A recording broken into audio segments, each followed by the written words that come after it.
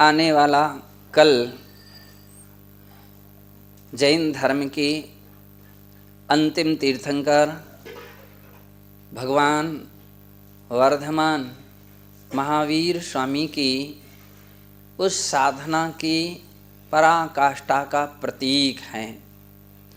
जिस समय तीर्थंकर भगवान महावीर स्वामी ने मोक्ष के 3 दिन पूर्व से ही ध्यान लीन हुए थे और उस ध्यान का नाम शुक्ल ध्यान कहा जाता है। और शुक्ल ध्यान में सूक्ष्म क्रिया प्रतिपाती नाम का एक ऐसा शुक्ल ध्यान है कि जिसके द्वारा वे अघातीय कर्मों की भी प्रकृतियों का क्षय करना प्रारंभ कर देते हैं, अर्थात पुण्य प्रकृतियों को भी क्षय करना प्रारंभ करते हैं, जिससे उनकी दिव्य देशना उस समय से बंद हो जाती है, समोसरण विघटित होने लगता है। लेकिन श्रद्धा लोक जो हैं, जगत के श्रद्धालु जन भगवान की आराधना भक्ति में डूब जाते हैं, डूबने लगते हैं। उसी त्रयोदशी का नाम ध्यान त्रयोदशी है।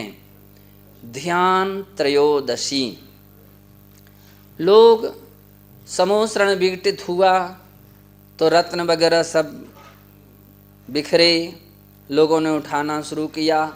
कतिपय लोग ऐसे भी रहे वे भगवान को भी भूल गए, ध्यान भी भूल गए, धन उनको याद रह गया और धनतेरस शुरू हो गया। जबकि सही शब्द है ध्यान त्रयोदशी। हम सब ध्यान त्रयोदशी के रूप में कल से ही भगवान महावीर स्वामी के विशेष रूप से पूजा अर्चना प्रारंभ कर देते हैं।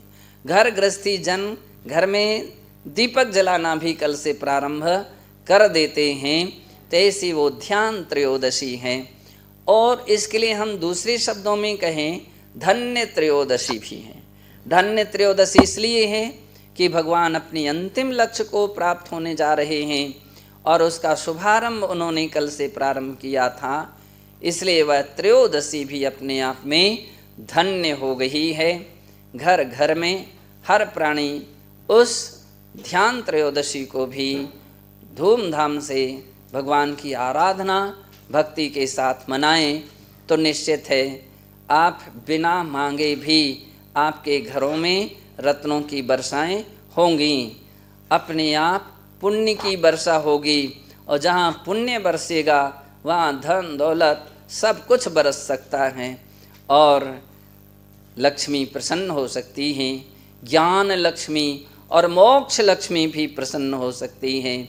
सही मायने में यदि हम भगवान के बताए हुए पथ पर चलें तो सब कुछ प्राप्त हो सकता है।